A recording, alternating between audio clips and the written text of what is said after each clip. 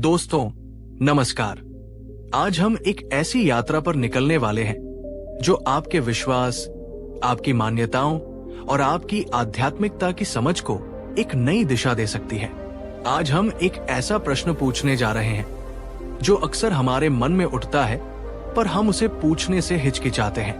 आपने अक्सर सुना होगा और शायद महसूस भी किया होगा कि तथागत गौतम बुद्ध ने अपने जीवन काल में पूजा पाठ, यज्ञ और बाहरी कर्म कांडों से एक स्पष्ट दूरी बना ली थी।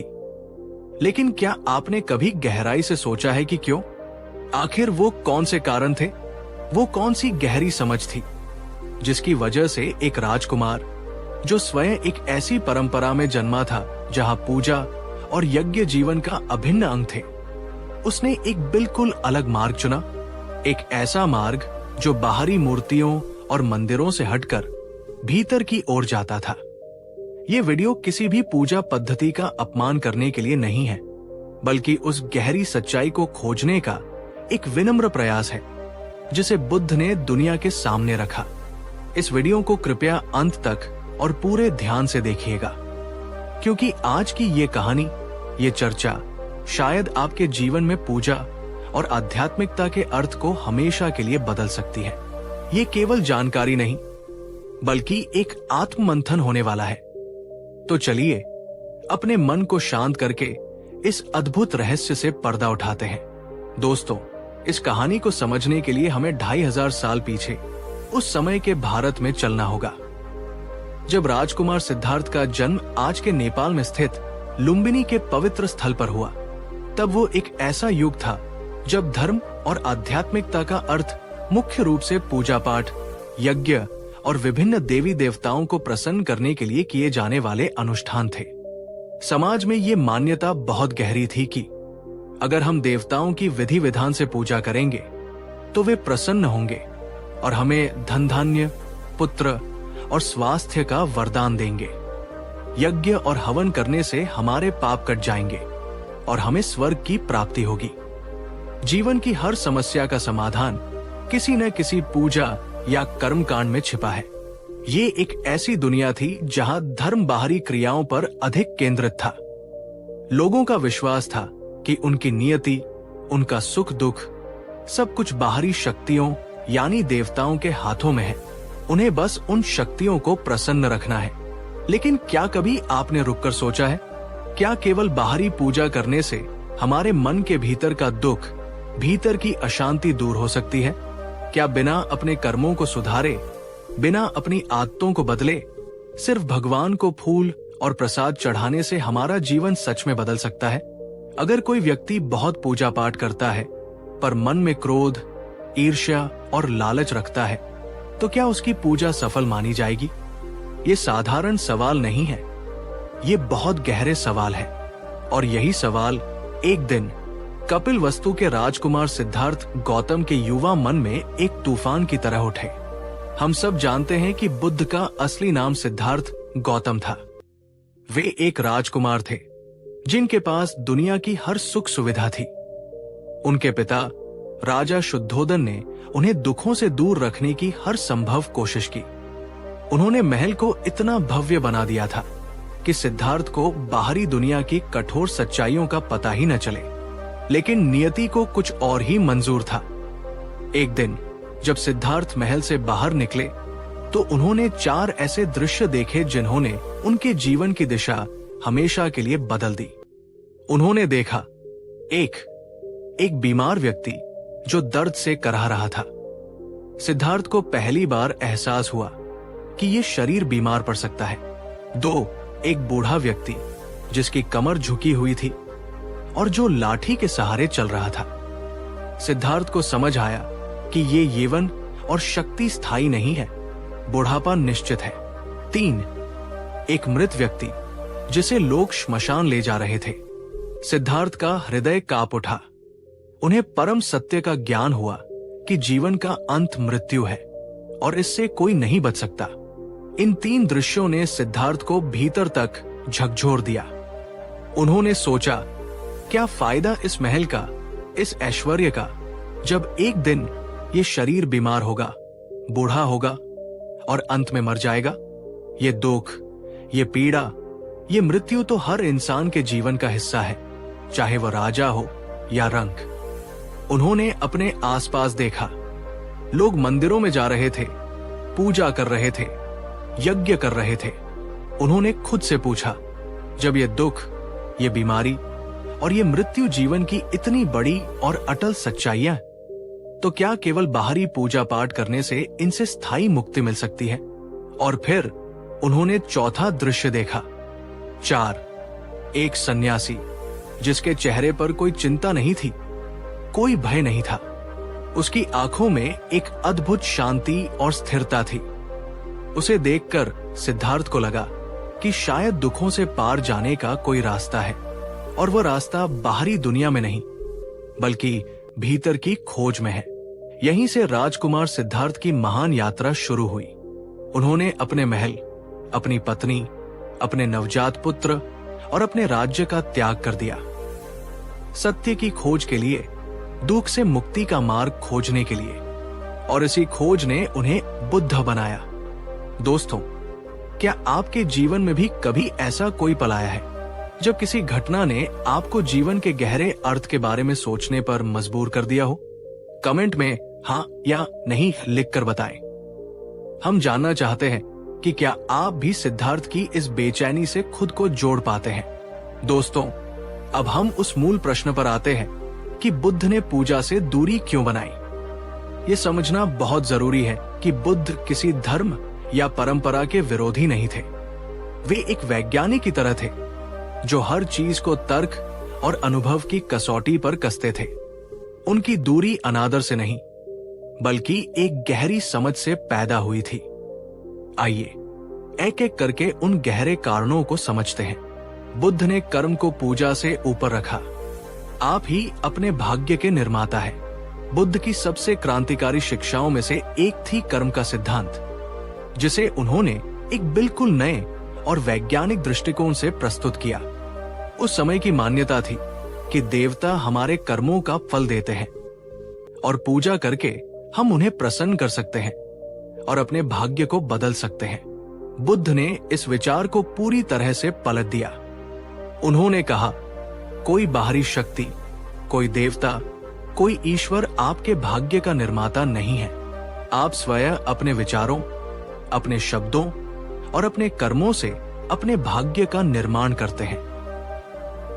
उन्होंने समझाया कि अगर कोई इंसान दिन भर झूठ बोलता है, दूसरों को धोखा देता है और मन में नफरत रखता है और फिर शाम को मंदिर जाकर घंटों पूजा करता है, तो क्या उसके बुरे कर्मों का फल मिट जाएगा? नहीं। जैसे नीम का बीज बोकर आप आम के फल की उम्मीद नहीं कर सकते, वैसे ही बुरे कर्म करके आप पूजा के माध्यम से अच्छे परिणाम की उम्मीद नहीं कर सकते। उन्होंने माना कि पूजा अच्छी है, श्रद्धा एक सकारात्मक भाव है, लेकिन जब तक इंसान अपने मूल कर्मों को, अपनी आदतों को, अपनी सोच को नहीं बदलता, तब तक उसका जीवन नहीं बदल सकता। पूजा एक बाहरी क्रिया है, जबकि कर्म आपके अस्तित्व का मूल है। आप ही बताइए दोस्तों, और पूरी ईमानदारी से बताइएगा। अगर कोई व्यक्ति अपने बूढ़े माता पिता का अपमान करता है, पर हर मंगलवार को मंदिर में जाकर हनुमान जी को लड्डू चढ़ाता है, तो क्या उसे पुण्य मिलेगा? क्या भगवान उसकी पूजा स्वीकार करेंगे? अपने विचार नीचे कमेंट में जरूर लिखिएगा। ये एक बहुत ही महत्वपूर्ण प्रश्न है जिस पर हम सबको सोचना चाहिए। बुद्ध ने बाहरी नहीं, अंदर की शांति खोजी। असली मंदिर आपके भीतर है। बुद्ध ने देखा कि लोग शांति और खुशी की तलाश में मंदिरों में, तीर्थों में और यज्ञों में भटक रहे थे। वे बाहरी दुनिया में, मूर्तियों में और अनुष्ठानों में शांति ढूंढ रहे थे। लेकिन बुद्ध ने अपनी साधना से ये अनुभव किया कि असली शांति, सच्ची खुशी कहीं बाहर नहीं है, वो आपके अपने मन के भीतर है। उन्होंने कहा, अगर आपका मन शांत है तो आपको झोपड़ी में भी महल जैसा सुख मिलेगा, और अगर आपका मन अशांत है, क्रोध और चिंता से भरा है, तो आपको सोने के महल में भी नरक जैसी पीड़ा महसूस होगी। इसलिए उन्होंने अपना पूरा ध्यान बाहरी पूजा से हटाकर मन को साधने की आंतरिक प्रक्रिया पर केंद्रित किया। जिसे उन्होंने ध्यान, मेडिटेशन कहा, उनके लिए घंटों मूर्ति के सामने बैठने से कहीं ज्यादा महत्वपूर्ण था कुछ पल आंखें बंद करके अपने मन के भीतर उठने वाले विचारों और भावनाओं को देखना, उन्हें समझना और उन पर विजय प्राप्त करना। उन्होंने सिखाया कि असली मंदिर आपका अपना मन है। उसे साफ सुथरा, शांत और प्रेमपूर्ण बनाना ही सबसे बड़ी पूजा है। दोस्तों, अगर बुद्ध की ये बात आपके दिल को छू गई है कि असली शांति भीतर है, तो इस वीडियो को अपने उन दोस्तों और परिवार वालों के साथ शेयर जरूर करें जो अक्सर तनाव और चिंता में रहते हैं। शायद ये संदेश उन्हें एक नई दिशा दे सके। बुद्ध ने अंधविश्वास और निर्भरता से दूरी बनाई। अपना दीपक स्वयं बनो। बुद्ध ने यह भी देखा कि पूजा पाठ अक्सर लोगों को अंधविश्वासी और निर्भर बना रहा था। लोग अपनी समस्याओं के समाधान के लिए खुद प्रयास करने के बजाय पूरी तरह से देवताओं या पुजारियों पर निर्भर हो गए थे। मैं ये पूजा करूंगा तो बिना मेहनत किए अमीर हो जाऊंगा। मैं ये मन्नत मांगूंगा तो मेरी बीमारी ठीक हो जाएगी। पंडित जी ने ये उपाय बताया है, अब सब ठीक हो जाएगा। बुद्ध ने पूजा को पूरी तरह नकारा नहीं, लेकिन उन्होंने कहा, पूजा या कोई भी धार्मिक क्रिया तभी सार्थक है जब आप उसे पूरी समझ और जागरूकता के साथ करें, न कि आंख बंद करके अंधविश्वास में। उन्होंने लोगों को निर्भरता से मुक्त करना चाहा। उनका अंतिम और सबसे प्रसिद्ध संदेश था, अप दीपो भव, अर्थात अपना दीपक स्वयं बनो। इसका अर्थ था, अपनी समस्याओं के समाधान के लिए किसी बाहरी शक्ति या किसी दूसरे व्यक्ति पर निर्भर मत रहो। अपने भीतर ज्ञान, विवेक और साहस का दीपक जलाओ और उसी की रोशनी में अपना मार्ग स्वयं खोजो।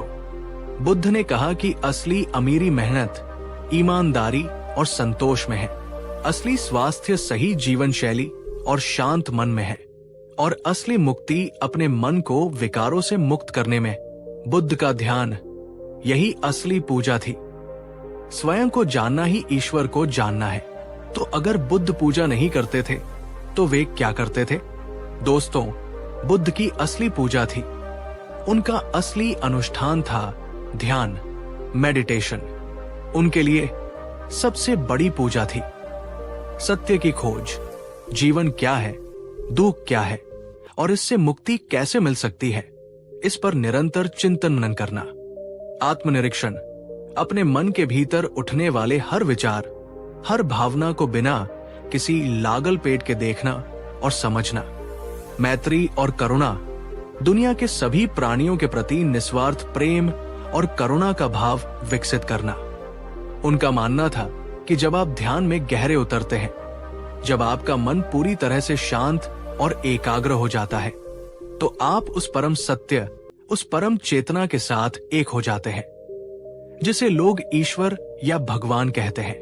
उनके लिए ईश्वर को बाहर खोजने की जरूरत नहीं थी। स्वयं को पूरी तरह से जान लेना ही ईश्वर को जान लेना था। दोस्तों, बुद्ध की ये बातें 2500 साल पुरानी लग सकती हैं, लेकिन अगर आप ध्यान से देखें तो आज के आधुनिक जीवन में भी हम कहीं न कहीं वही गलतियां दोहरा रहे हैं। हमारा जीवन तनाव, चिंता और प्रतिस्पर्धा से भरा हुआ है, और जब हम परेशान होते हैं तो हम अक्सर समाधान के लिए शॉर्टकट ढूंढते हैं। हम सोचते हैं कि किसी विशेष मंदिर में जाकर पूजा करने से हमारी नौकरी की समस्या हल हो जाएगी। हम मानते हैं कि कोई मन्नत मांगने से हमारी परीक्षा में अच्छे नंबर आ जाएंगे। हम उम्मीद करते हैं कि कोई अनुष्ठान करने से हमारे रिश्ते सुधर जाएंगे। ये सब करना गलत नहीं है, ये हमारी श्रद्धा का प्रतीक है। लेकिन बुद्ध हमें याद दिलाते हैं कि ये समीकरण का केवल एक छोटा सा हिस्सा है। असली और स्थायी समाधान तभी मिलेगा जब हम पूजा के साथ साथ अपने कर्मों पर भी काम करेंगे।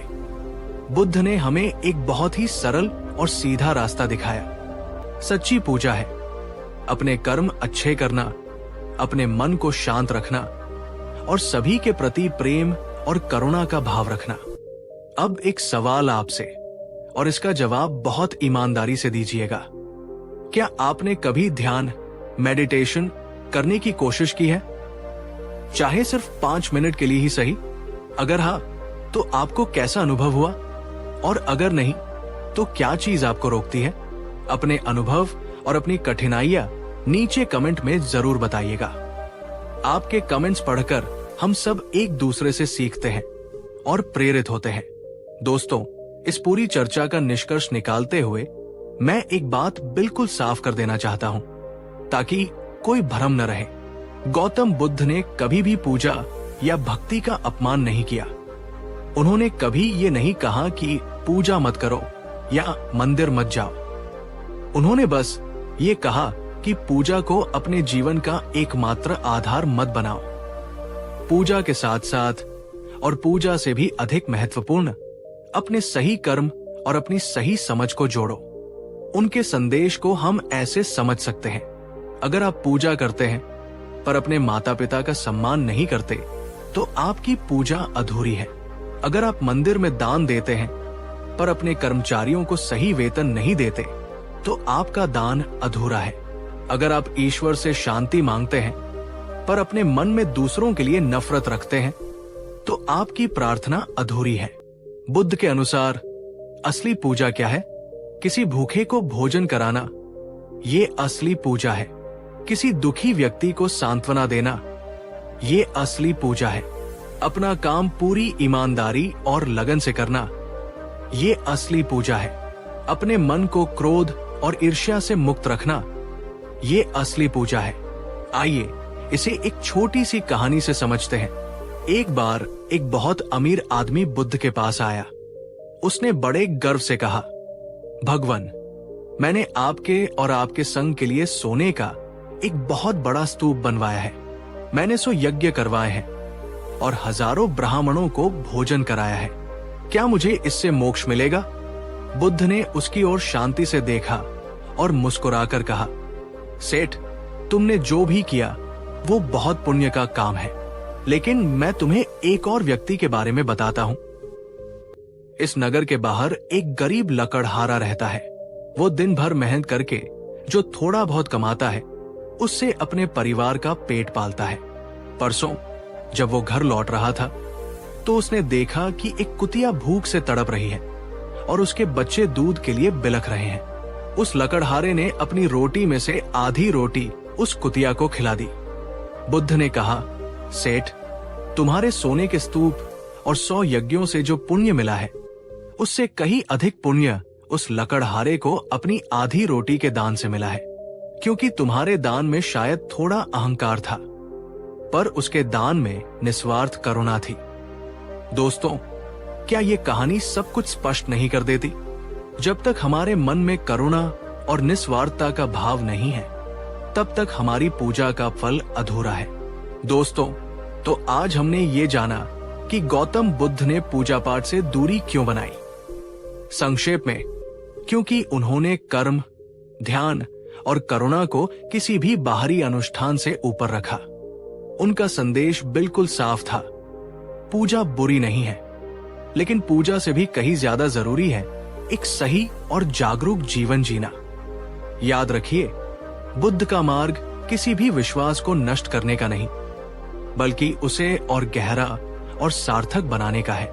आप पूजा कीजिए, पूरी श्रद्धा से कीजिए, पर साथ में ये भी सुनिश्चित कीजिए कि आपके कर्म भी उतने ही पवित्र हों जितनी आपकी पूजा की थाली। अंत में बुद्ध की एक बात हमेशा याद रखिएगा, मंदिर में एक दिया जलाना बहुत अच्छी बात है, लेकिन अगर आपके अपने मन के भीतर क्रोध, घृणा और अज्ञान का अंधेरा है तो बाहर का कोई भी दिया उस अंधेरे को मिटा नहीं सकता। असली दिया आपके अपने मन का है। विवेक का दिया, करुणा का दिया, शांति का दिया, उसे जलाइए, फिर आपका पूरा जीवन ही एक पूजा बन जाएगा। दोस्तों, अगर बुद्ध की इन गहरी बातों ने आपके दिल को छुआ है, अगर आपको आज कुछ नया सीखने को मिला, तो इस वीडियो को एक लाइक जरूर करें। आपके मन में इस विषय पर क्या विचार है? क्या आप मानते हैं कि कर्म पूजा से बढ़कर है? अपने विचार नीचे कमेंट में हमसे जरूर साझा करें। हम आपके हर कमेंट को पढ़ते हैं और इस महत्वपूर्ण संदेश को ज्यादा से ज्यादा लोगों तक पहुंचाने के लिए इस वीडियो को अपने दोस्तों और परिवार के साथ शेयर करें, क्योंकि हो सकता है ये संदेश किसी की जिंदगी में आध्यात्मिकता को एक नई और गहरी समझ दे सके और भविष्य में भी ऐसी ही गहरी और जीवन बदलने वाली कहानियों और चर्चाओं के लिए हमारे चैनल को सब्सक्राइब करना और बेल आइकॉन को दबाना न भूलें। पिछले एपिसोड में हमने उस गहरे रहस्य को जानने का प्रयास किया कि गौतम बुद्ध ने अपने समय की सबसे बड़ी परंपरा यानी पूजा पाठ और यज्ञ से दूरी क्यों बनाई। हमने जाना कि कैसे उन्होंने बाहरी कर्मकांडों से ऊपर आंतरिक शुद्धि और कर्म के सिद्धांत को रखा। आपने उस वीडियो को जो प्रेम और समर्थन दिया उसके लिए आपका हृदय से धन्यवाद। आज हम उसी यात्रा को एक कदम और आगे बढ़ाएंगे। आज हम ये देखेंगे कि जब बुद्ध ने ये क्रांतिकारी मार्ग अपनाया तो समाज ने, उस समय के लोगों ने उन पर क्या प्रतिक्रिया दी। जब सदियों से चली आ रही परंपराओं पर सवाल उठाए गए तो लोगों ने बुद्ध से क्या पूछा। जब एक राजकुमार ने देवताओं की पूजा छोड़कर अपने भीतर की खोज को ही परम धर्म बताया तो समाज में कैसी खलबली मची। और सबसे महत्वपूर्ण, जब समाज ने बुद्ध को घेरकर ये सवाल किया, हे सन्यासी, आप पूजा क्यों नहीं करते? क्या आप नास्तिक हैं? क्या आप परंपराओं का अपमान कर रहे हैं? तो बुद्ध ने उन तीखे सवालों का क्या जवाब दिया? उनके जवाब सुनकर लोग कैसे चौंक गए और सोचने पर मजबूर हो गए। तो दोस्तों, इस वीडियो को अंत तक और पूरे ध्यान से देखिएगा, क्योंकि ये कहानी सिर्फ बुद्ध के बारे में नहीं है। ये कहानी हमारे अपने समाज, हमारी अपनी परंपराओं और हमारे अपने विश्वासों पर सवाल उठाने की हिम्मत के बारे में है। ये आपको सोचने पर मजबूर कर देगी। चलिए समय में पीछे लौटते हैं और देखते हैं कि जब एक जागृत आत्मा ने परंपराओं को चुनौती दी तो क्या हुआ। जब बुद्ध ने अपने ज्ञान को लोगों के साथ बांटना शुरू किया और ध्यान, करुणा तथा कर्म के मार्ग को ही मुक्ति का सच्चा मार्ग बताया तो तत्कालीन समाज में, विशेषकर परंपरावादी वर्गों में एक तूफानी हलचल मच गई। सोचिए, एक ऐसा समाज जहां हर व्यक्ति का जीवन जन्म से लेकर मृत्यु तक पूजा पाठ, यज्ञ, बलि और अनगिनत कर्मकांडों से बंधा हुआ था। जहां यह माना जाता था कि देवताओं की कृपा के बिना पत्ता भी नहीं हिल सकता। उस समाज में एक व्यक्ति आकर कह रहा था कि तुम्हारी मुक्ति तुम्हारे अपने हाथों में है, किसी देवता के हाथों में नहीं। लोग तरह तरह की बातें करने लगे। कुछ साधारण लोग जो उन्हें श्रद्धा से देखते थे वे भ्रमित थे। वे सोचते थे, क्या हमारे पूर्वज गलत थे? क्या हमारी पूजा व्यर्थ है? कुछ परंपरावादी ब्राह्मण और पुजारी क्रोधित थे। उन्हें लगा कि ये व्यक्ति हमारी सदियों पुरानी व्यवस्था को नष्ट कर रहा है। वे कहते, ये राजकुमार नास्तिक हो गया है, ये लोगों को धर्म के मार्ग से भटका रहा है। कुछ ज्ञानी और तर्कशास्त्री हैरान थे। वे कहते, ये कैसी बातें कर रहा है? बिना ईश्वर और देवताओं की पूजा के कोई धर्म कैसे हो सकता है? और कुछ लोग जो उन्हें जानते थे वे कहते, ये राजकुमार राजपाट छोड़कर पागल हो गया है। दोस्तों, जरा एक पल के लिए सोचिए, अगर आज आपके समाज में, आपके आसपास कोई बहुत ही सम्मानित व्यक्ति अचानक आपकी सबसे गहरी परंपराओं को छोड़कर एक बिल्कुल नया और अलग रास्ता अपना ले, तो क्या लोग उसे आसानी से स्वीकार कर लेंगे या उस पर भी ऐसे ही सवाल उठाए जाएंगे? अपने विचार नीचे कमेंट में बताइएगा। ये हमें मानव स्वभाव को समझने में मदद करता है। ये बुद्ध के लिए एक बहुत बड़ी चुनौती थी। उन्हें न केवल लोगों को एक नया मार्ग दिखाना था, बल्कि उनके मन में सदियों से जमी हुई मान्यताओं की परतों को भी बड़ी कोमलता और तर्क से हटाना था। एक दिन बुद्ध विहार करते हुए एक ऐसे गांव में पहुंचे जो अपनी कर्मकांडी परंपराओं और यज्ञों के लिए प्रसिद्ध था। गांव के मुखिया और प्रमुख ब्राह्मणों ने जब सुना कि बुद्ध आए हैं और वे पूजा पाठ को महत्व नहीं देते, तो वे सब मिलकर बुद्ध से शास्त्रार्थ करने पहुंच गए। एक वृद्ध और अत्यंत सम्मानित ब्राह्मण ने आगे बढ़कर हाथ जोड़कर पर दृढ़ स्वर में पूछा, ब्राह्मण हे सन्यासी, हमने सुना है कि आप देवताओं की पूजा नहीं करते यज्ञों का खंडन करते हैं और लोगों को ध्यान करने के लिए कहते हैं। हम आपका सम्मान करते हैं, पर हमारा प्रश्न यह है कि बिना देवताओं को प्रसन्न किए, बिना उनकी पूजा किए किसी प्राणी का कल्याण या मोक्ष कैसे संभव है?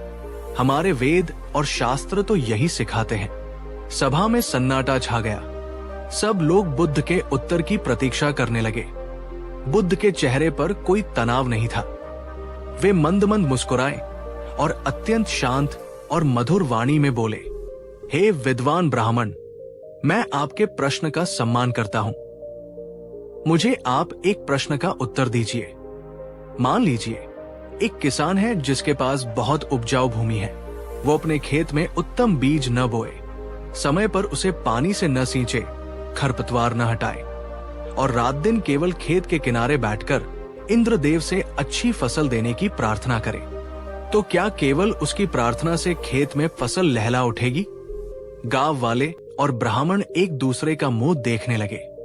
वे सब किसान थे, वे सच्चाई जानते थे।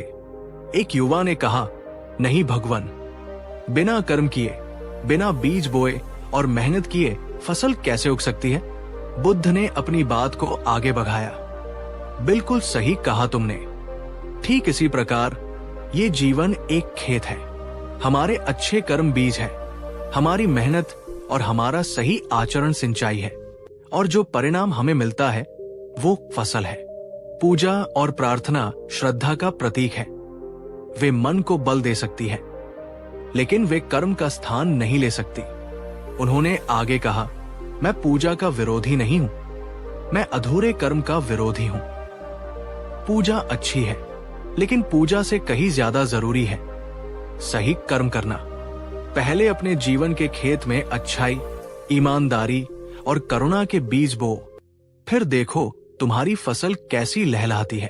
दोस्तों, आप ही बताइए, बुद्ध का ये तर्क कितना सीधा, सरल और शक्तिशाली था। अगर एक विद्यार्थी साल भर पढ़ाई न करे और परीक्षा के दिन मंदिर में जाकर प्रार्थना करे कि वो पास हो जाए, तो क्या ये संभव है? अगर आपको बुद्ध की ये बात तर्कसंगत और सच्ची लगती है, तो अपना समर्थन दिखाने के लिए लाइक का बटन जरूर दबाइएगा। गांव के लोग बुद्ध के तर्क से प्रभावित तो हुए, पर उनके मन में अभी भी शंका थी। एक और ब्राह्मण ने पूछा, लेकिन भगवान, पूजा पाठ से मन को शांति मिलती है, जीवन में प्रकाश आता है, उसे छोड़कर हम आपके ध्यान के मार्ग पर क्यों चले? बुद्ध ने लोगों को समझाने के लिए एक और सुंदर और गहरा उदाहरण दिया। उन्होंने कहा, मान लो एक बहुत ही अंधेरा कमरा है। तुम उस कमरे में एक सुंदर सा सोने का दीपक रख दो। उस दीपक के सामने तुम सुंदर फूल चढ़ाओ, मीठा प्रसाद रखो और दिन भर हाथ जोड़कर उससे प्रार्थना करो कि हे दीपक, प्रकाश दो, हे दीपक, प्रकाश दो। तो क्या उस कमरे में रोशनी हो जाएगी? सब लोग एक स्वर में बोले, नहीं भगवान, ऐसा कैसे हो सकता है? बुद्ध ने पूछा, तो रोशनी कैसे होगी? एक व्यक्ति ने उत्तर दिया, भगवान, रोशनी तभी होगी जब हम उस दीपक में तेल डालेंगे, उसमें बाती लगाएंगे और उस बाती को अग्नि से प्रज्वलित करेंगे। बुद्ध के चेहरे पर एक ज्ञान भरी मुस्कान फैल गई। उन्होंने कहा, ठीक यही रहस्य है मेरे भाइयों। ये हमारा मन उस अंधेरे कमरे की तरह है। पूजा पाठ और बाहरी कर्मकांड उस सोने के दीपक की तरह है, जो रखे तो है पर प्रकाश नहीं दे रहे। असली प्रकाश, असली ज्ञान की रोशनी तब मिलती है जब हम अपने मन रूपी दीपक में करुणा और शील का तेल डालते हैं, उसमें विवेक की बाती लगाते हैं और उसे ध्यान की अग्नि से प्रज्वलित करते हैं। उन्होंने समझाया कि पूजा बाहरी है, जबकि ध्यान आंतरिक है। पूजा में हम किसी बाहरी शक्ति से मांगते हैं, जबकि ध्यान में हम अपनी भीतरी शक्ति को जगाते हैं। दोस्तों, क्या ये बात सीधे हमारे दिल को नहीं छू जाती? हम सब जीवन में प्रकाश चाहते हैं, पर क्या हम उसे सही जगह खोज रहे हैं? अगर आपको भी लगता है कि असली रोशनी हमारे अपने भीतर से आती है, तो नीचे कमेंट में लिखिए, मन का दीपक जलाना है। ये एक संकल्प की तरह होगा, खुद को याद दिलाने के लिए। बुद्ध केवल सैद्धांतिक बातें नहीं करते थे, वे लोगों के जीवन से जुड़े उदाहरण देते थे। उनके पास हर तरह के लोग अपनी समस्याएं लेकर आते थे। ऐसी ही एक कहानी है एक लालची व्यापारी की।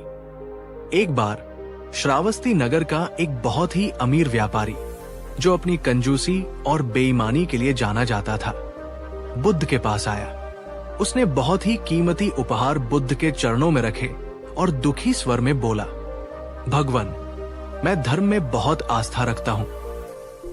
मैं अपने घर में बने भव्य मंदिर में रोज घंटों आपकी और अन्य देवताओं की पूजा करता हूं। मैं सबसे महंगे फूल चढ़ाता हूं, सबसे शुद्ध घी का दिया जलाता हूं, पर फिर भी मेरा मन हमेशा अशांत और बेचैन रहता है। मेरे व्यापार में भी लगातार नुकसान हो रहा है और घर में कल रहती है। मेरी पूजा का फल मुझे क्यों नहीं मिल रहा? बुद्ध ने शांत भाव से व्यापारी के उपहारों को देखा और फिर उसकी आंखों में झांकते हुए पूछा, बुद्ध हे श्रेष्ठी, ये बताओ, तुम अपना व्यापार कैसे करते हो? क्या तुम ग्राहकों से सही दाम लेते हो? क्या तुम अपने कर्मचारियों को समय पर और उचित वेतन देते हो? क्या तुम मिलावट या कम तौलने जैसा कोई अधर्म तो नहीं करते? ये सुनते ही व्यापारी का चेहरा पीला पड़ गया। उसने अपना सिर झुका लिया और धीरे से बोला, भगवान, व्यापार में तो ये सब थोड़ा बहुत करना ही पड़ता है, नहीं तो मुनाफा कैसे होगा? बुद्ध बोले, तो फिर तुम्हारी पूजा अधूरी और निष्फल है श्रेष्ठी। तुम एक हाथ से देवताओं को फूल चढ़ा रहे हो और दूसरे हाथ से मनुष्यों को ठग रहे हो। तुम एक ओर पवित्र मंत्रों का जाप कर रहे हो और दूसरी ओर तुम्हारे मन में लोभ और कपट के विचार चल रहे हैं। तुम एक ऐसे बर्तन की तरह हो जो बाहर से तो सोने का है पर भीतर विष से भरा है। ऐसे बर्तन में रखा अमृत भी विष बन जाता है। बुद्ध ने उसे समझाया, जब तक तुम्हारे कर्म सही नहीं है, जब तक तुम्हारा आचरण शुद्ध नहीं है, तब तक तुम्हारी पूजा का कोई सार्थक फल नहीं मिलेगा। पहले अपने व्यापार में ईमानदारी लाओ, अपने मन से लोभ को निकालो, फिर आकर एक साधारण सा मिट्टी का दिया भी जलाओगे तो तुम्हें असीम शांति मिलेगी। दोस्तों, क्या ये आज के जीवन का भी सच नहीं है? अगर हम दूसरों के साथ छलकपट करें, ऑफिस में किसी की बुराई करें और फिर भगवान से अपने लिए सुख और सफलता की उम्मीद करें, तो क्या ये न्याय संगत होगा? अपने दिल पर हाथ रखकर सोचिए और अपने विचार कमेंट में जरूर लिखिएगा। तो समाज का अगला सवाल था, अगर आप पूजा नहीं करते तो आप करते क्या है? आपकी साधना क्या है? बुद्ध ने कहा, मेरी साधना और मेरी पूजा है ध्यान और करुणा। उन्होंने समझाया कि ये दो पंख हैं जिनके बिना कोई भी आत्मा मुक्ति के आकाश में उड़ान नहीं भर सकती। ध्यान, मेडिटेशन, उन्होंने समझाया कि ध्यान मन को शांत करने, उसे एकाग्र करने और उसे नियंत्रित करने की वैज्ञानिक प्रक्रिया है। ध्यान हमें अपने मन का मालिक बनाता है। हम अपने गुस्से, अपने लालच, अपने डर और अपनी चिंताओं को देखना और उन्हें जीतना सीखते हैं। ध्यान हमें भीतर की उस अनंत शांति और आनंद के स्रोत से जोड़ता है जिसे हम बाहर खोजते रहते हैं। ध्यान से हमारी समझ गहरी होती है और हम जीवन को अधिक स्पष्टता से देख पाते हैं। दोस्तों, अब एक सवाल आपसे, और मैं चाहता हूं कि आप सब इसमें भाग लें। क्या आपने कभी सुबह उठकर या रात को सोने से पहले सिर्फ 10 मिनट आंखें बंद करके शांति से बैठने और अपनी सांसों को देखने की कोशिश की है? अगर हाँ, तो आपका अनुभव कैसा रहा? और अगर नहीं, तो क्या आप आज से ये छोटा सा प्रयोग शुरू करना चाहेंगे? कमेंट में जरूर बताइएगा। करुणा, बुद्ध की दूसरी और सबसे बड़ी पूजा थी करुणा। उन्होंने कहा, अगर तुम सोने के थाल में भगवान को 56 भोग चढ़ाओ, पर तुम्हारे पड़ोस में कोई बच्चा भूखा सो रहा है, तो तुम्हारी पूजा व्यर्थ है। उन्होंने सिखाया, अगर तुम किसी एक रोते हुए प्राणी का आंसू पोंछ दो, तो ये सो यज्ञ करने से भी बड़ा पुण्य है। अगर तुम एक गरीब भूखे इंसान को प्रेम से भोजन करा दो, तो ये 1000 दीपक जलाने से भी बड़ी पूजा है। दोस्तों, क्या ये सच नहीं है? हम अक्सर मंदिरों में लाखों रुपए का दान कर देते हैं, पर हमारे घर के बाहर बैठे किसी भूखे या जरूरतमंद को हम अनदेखा कर देते हैं।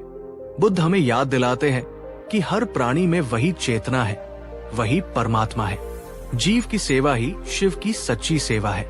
आइए इसे एक और छोटी सी घटना से समझते हैं। एक दिन बुद्ध अपने शिष्यों के साथ एक गांव से गुजर रहे थे।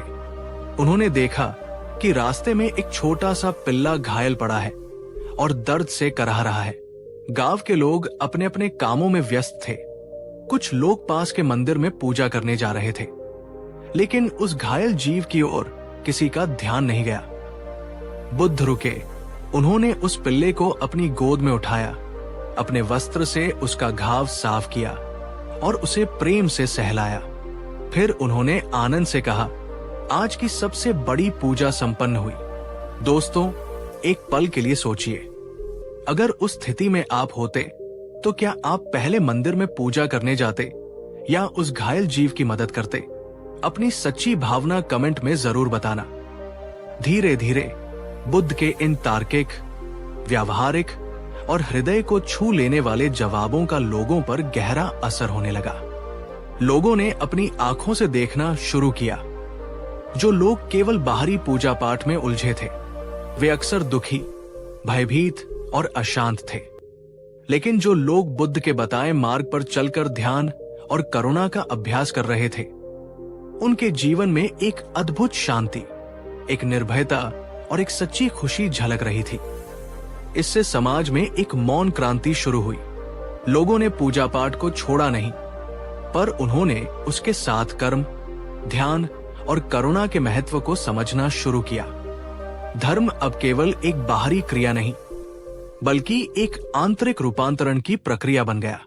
दोस्तों, अब एक अंतिम सवाल आपसे। क्या आपको लगता है कि अगर आज का हमारा समाज भी बुद्ध की तरह बाहरी दिखावे से ज्यादा आंतरिक गुणों जैसे ईमानदारी, ध्यान और करुणा को महत्व देने लगे, तो ये दुनिया एक बेहतर जगह बन सकती है? दोस्तों, आज के इस एपिसोड में हमने जाना कि जब समाज ने बुद्ध से ये मुश्किल सवाल पूछा कि आप पूजा क्यों नहीं करते, तो उन्होंने कितने सुंदर और गहरे उत्तर दिए। उन्होंने संक्षेप में कहा, 1. पूजा अच्छी है, लेकिन ये कर्म का विकल्प नहीं है। कर्म के बिना पूजा अधूरी है। 2. असली प्रकाश बाहरी दियों से नहीं, मन के भीतर ध्यान का दीपक जलाने से मिलता है। 3. करुणा और सेवा ही परमात्मा तक पहुंचने का सबसे सीधा और सच्चा मार्ग है। 4. मुक्ति या मोक्ष किसी देवता की कृपा से नहीं, बल्कि अपने मन को विकारों से मुक्त करके स्वयं के प्रयासों से मिलता है। याद रखिए, बुद्ध का संदेश साफ था, पूजा करो, पूरी श्रद्धा से करो, लेकिन अपने कर्म और अपने मन को शुद्ध करना मत भूलो, क्योंकि भगवान आपके चढ़ावे के नहीं, आपकी सच्ची भावना और आपके शुद्ध आचरण के भूखे हैं।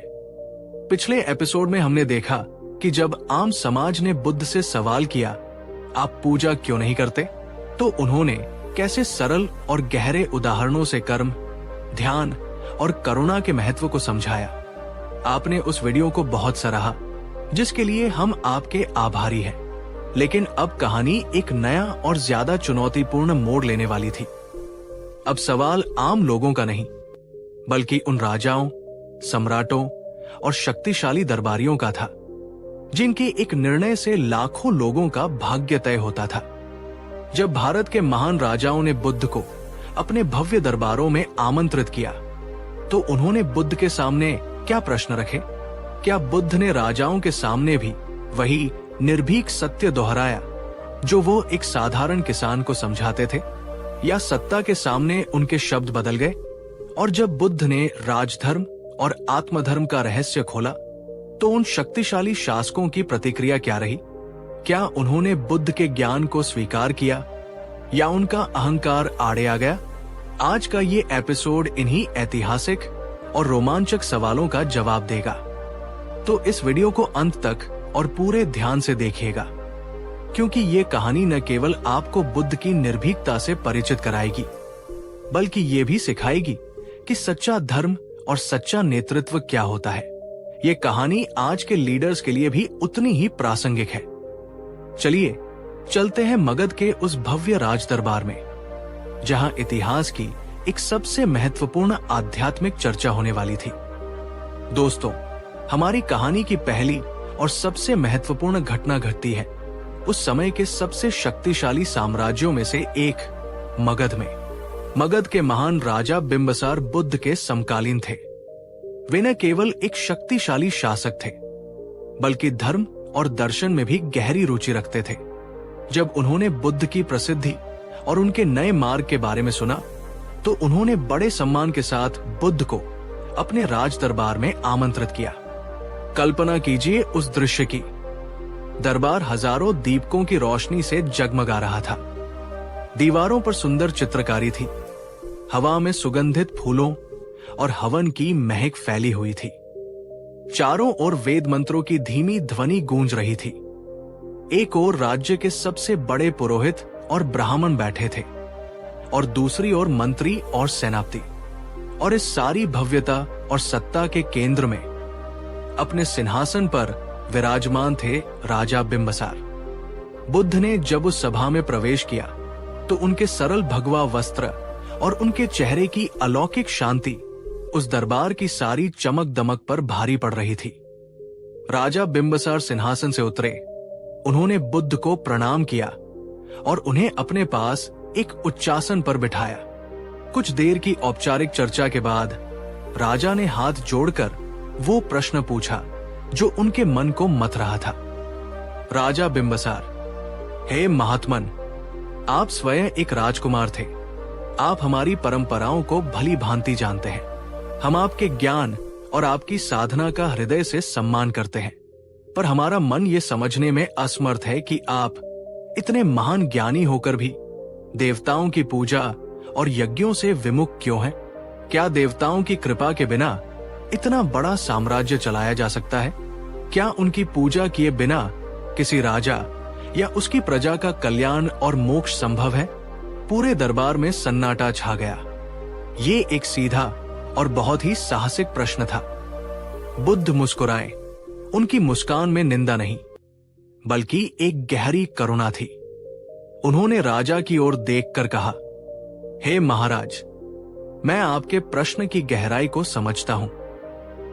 आप एक धर्मपरायण राजा हैं, पर आप ही मुझे बताइए, यदि आपकी सेना युद्ध के मैदान में शस्त्र छोड़कर बैठ जाए और केवल विजय के देवता से जीत की प्रार्थना करती रहे, तो क्या आपका राज्य सुरक्षित रहेगा? राजा बिंबसार ये सुनकर चौंक गए। उन्होंने एक पल सोचा और फिर कहा, नहीं महात्मन, ये तो असंभव है। बिना पराक्रम और युद्ध कौशल के केवल प्रार्थना से युद्ध नहीं जीता जा सकता। बुद्ध ने अपनी बात को आगे बढ़ाया। ठीक इसी प्रकार, हे राजन, ये जीवन भी एक युद्ध का मैदान है, जहां हमें निरंतर अपनी भीतरी और बाहरी चुनौतियों से लड़ना पड़ता है। केवल पूजा करने से, केवल देवताओं से प्रार्थना करने से जीवन का दुख, समाज की समस्याएं और मन की अशांति दूर नहीं होगी। मोक्ष या मुक्ति किसी देवता के वरदान से नहीं मिलती। वो अपने सही कर्म से, अपनी प्रज्ञा से और अपने मन को विकारों से मुक्त करने से मिलती है। पूजा तभी सार्थक है जब वो आपके श्रेष्ठ कर्मों के साथ जुड़ी हो। कर्मविहीन पूजा ऐसी ही है जैसे बिना परिश्रम के फसल की कामना करना। बुद्ध का ये सीधा, तर्कपूर्ण और व्यावहारिक उत्तर सुनकर राजा बिंबसार निरुत्तर हो गए। उन्हें पहली बार समझ आया कि धर्म केवल एक अनुष्ठान नहीं, बल्कि एक जीवन जीने की कला है। दोस्तों, एक पल के लिए रुकते हैं और बुद्ध के इस जवाब पर चिंतन करते हैं। आपसे एक सवाल है, अगर हम अपने जीवन में सफलता चाहते हैं, मान लीजिए हमें कोई परीक्षा पास करनी है या अपने व्यापार को सफल बनाना है, तो क्या सिर्फ मंदिर जाकर प्रार्थना करने से या किसी ज्योतिषीय उपाय को करने से हमें सफलता मिल जाएगी? या उसके लिए हमें कड़ी मेहनत, सही रणनीति और निरंतर प्रयास भी करने होंगे? अपने सच्चे विचार नीचे कमेंट में जरूर लिखिएगा। बुद्ध हमें यही समझा रहे थे कि श्रद्धा और प्रार्थना अपनी जगह महत्वपूर्ण है। वे हमें मानसिक बल दे सकती हैं, पर वे कभी भी कर्म का स्थान नहीं ले सकती। दोस्तों, अब हमारी कहानी पहुंचती है एक और महान राज्य कोसल में। कोसल के राजा प्रसेनजित भी बुद्ध के प्रति बहुत श्रद्धा रखते थे, पर वे अपनी परंपराओं में भी गहरे बंधे हुए थे। वे अक्सर बड़े बड़े यज्ञों और अनुष्ठानों का आयोजन करते थे, जिनमें हजारों पशुओं की बलि दी जाती थी और अपार धन संपदा खर्च होती थी। एक ऐसे ही विशाल यज्ञ के आयोजन के बाद राजा प्रसेनजित बुद्ध से मिलने गए। वे थोड़े अहंकार और थोड़ी जिज्ञासा के भाव से भरे हुए थे। उन्होंने बुद्ध को प्रणाम किया और कहा, गुरुदेव, मैंने अभी अभी राज्य की सुख शांति और समृद्धि के लिए एक अश्वमेध यज्ञ संपन्न किया है। इसमें सौराष्ट्र के सर्वश्रेष्ठ घोड़ों की बलि दी गई, हजारों मन घी और चंदन की लकड़ियां स्वाहा की गई और देश के कोने कोने से आए ब्राह्मणों को स्वर्ण मुद्राएं दान की गई। पर मेरे मन में एक प्रश्न है। हम राजा महाराजा इतना धर्म कर्म करते हैं, इतनी पूजा और यज्ञ करते हैं, लेकिन फिर भी हमारे राज्यों में युद्ध का भय, बीमारियों का प्रकोप और अकाल की समस्या क्यों बनी रहती है? प्रजा सुखी क्यों नहीं है? ये एक बहुत ही गहरा और चुभने वाला प्रश्न था। राजा अपनी पूजा और कर्म कांडों की प्रभावशीलता पर ही सवाल उठा रहे थे। बुद्ध ने एक पल की शांति के बाद राजा की आंखों में सीधे देखते हुए कहा, हे राजन, आपने यज्ञ में हजारों मन घी तो डाला, पर क्या आपने ये सुनिश्चित किया कि आपके राज्य में कोई भी बच्चा भूखा न सोए? आपने ब्राह्मणों को स्वर्ण मुद्राएं तो दी, पर क्या आपने ये सुनिश्चित किया कि आपके राज्य में हर किसान को उसकी मेहनत का सही मूल्य मिले? आपने देवताओं को प्रसन्न करने के लिए पशुओं की बलि तो दी, पर क्या आपने ये सुनिश्चित किया कि आपके राज्य में किसी निर्दोष मनुष्य के साथ अन्याय न हो? राजा प्रसेनजित चुप हो गए। दरबार में बैठे मंत्रियों और पुरोहितों को भी ये बातें तीर की तरह चुभ गई। बुद्ध ने अपनी शांत पर दृढ़ आवाज में आगे कहा, राजन, आपके यज्ञ से जो धुआं निकला है वो आकाश में विलीन हो जाएगा, लेकिन जब आप किसी गरीब की भूख मिटाते हैं, किसी बीमार का इलाज करवाते हैं, किसी असहाय को न्याय दिलाते हैं, तो उससे जो करुणा का प्रकाश फैलता है वह युगों युगों तक बना रहता है। आप ही बताइए, आप अपने राज्य में क्षणभंगुर धुआं फैलाना चाहते हैं या शाश्वत प्रकाश? सच्चा यज्ञ पशुओं की बलि देना नहीं है राजन। सच्चा यज्ञ है अपने अहंकार, अपने क्रोध और अपने लोभ की बलि देना। अपनी प्रजा के दुखों को कम करने का प्रयास करना ही एक राजा की सबसे बड़ी पूजा है, सबसे बड़ा यज्ञ है। दोस्तों, आप ही बताइए, बुद्ध के इन शब्दों में कितनी सच्चाई और कितनी हिम्मत थी। एक शक्तिशाली सम्राट के सामने ये कहना कि तुम्हारे भव्य यज्ञ अधूरे हैं। अगर एक देश का शासक केवल बड़े बड़े मंदिर बनवाए, भव्य आयोजन करे, लेकिन देश में गरीबी, बेरोजगारी और अन्याय बना रहे, तो क्या उसे एक सफल शासक माना जाएगा? अपने विचार कमेंट में जरूर बताइएगा। ये एक बहुत ही संवेदनशील और महत्वपूर्ण विषय है। बुद्ध की इन बातों का असर केवल राजाओं पर ही नहीं, बल्कि उनके दरबारियों पर भी हो रहा था। एक दिन कोसल दरबार का एक वरिष्ठ और धनी दरबारी अकेले में बुद्ध से मिला। वो बहुत परेशान लग रहा था। उसने बुद्ध से कहा, गुरुदेव, मैं आपकी हर बात से सहमत हूं, पर मैं अपनी समस्या का समाधान नहीं खोज पा रहा। मैं रोज सुबह मंदिर जाता हूं, विधि विधान से पूजा करता हूं, दान पुण्य भी करता हूं, लेकिन जैसे ही मैं दरबार में लौटता हूं, मेरे मन में दूसरे दरबारियों के प्रति ईर्ष्या, प्रतिस्पर्धा और क्रोध के भाव आ जाते हैं। मैं रात को शांति से सो नहीं पाता। मेरे मन में शांति क्यों नहीं है? बुद्ध ने उससे एक सरल सा प्रश्न पूछा, हे अमात्य, क्या तुम प्रतिदिन स्नान करते हो? दरबारी ने कहा, हाँ गुरुदेव, मैं तो दिन में 2 बार स्नान करता हूं। बुद्ध ने पूछा, स्नान क्यों करते हो? दरबारी बोला, शरीर की गंदगी और मैल को साफ करने के लिए, ताकि शरीर स्वच्छ और स्वस्थ रहे। बुद्ध ने मुस्कुराते हुए कहा, तो फिर जैसे तुम शरीर का मैल साफ करने के लिए रोज स्नान करते हो, वैसे ही अपने मन का मैल यानी ईर्ष्या, क्रोध और द्वेष को साफ करने के लिए तुम क्या करते हो? जब तक तुम हर रोज ध्यान रूपी जल से अपने मन को स्नान नहीं कराओगे, उसे स्वच्छ नहीं करोगे, तब तक मंदिरों में चढ़ाए गए फूल भी तुम्हारे मन को सुगंधित नहीं कर पाएंगे। वे भी तुम्हारे मन की दुर्गंध में मुरझा जाएंगे। ये सुनकर उस दरबारी की आंखें खुल गई। उसे समझ आया कि वो बाहरी सफाई पर तो ध्यान दे रहा था, पर अपनी असली समस्या यानी मन की भीतरी गंदगी को नजरअंदाज कर रहा था। दोस्तों, क्या ये सीख आज भी हमारे लिए उतनी ही सच नहीं है?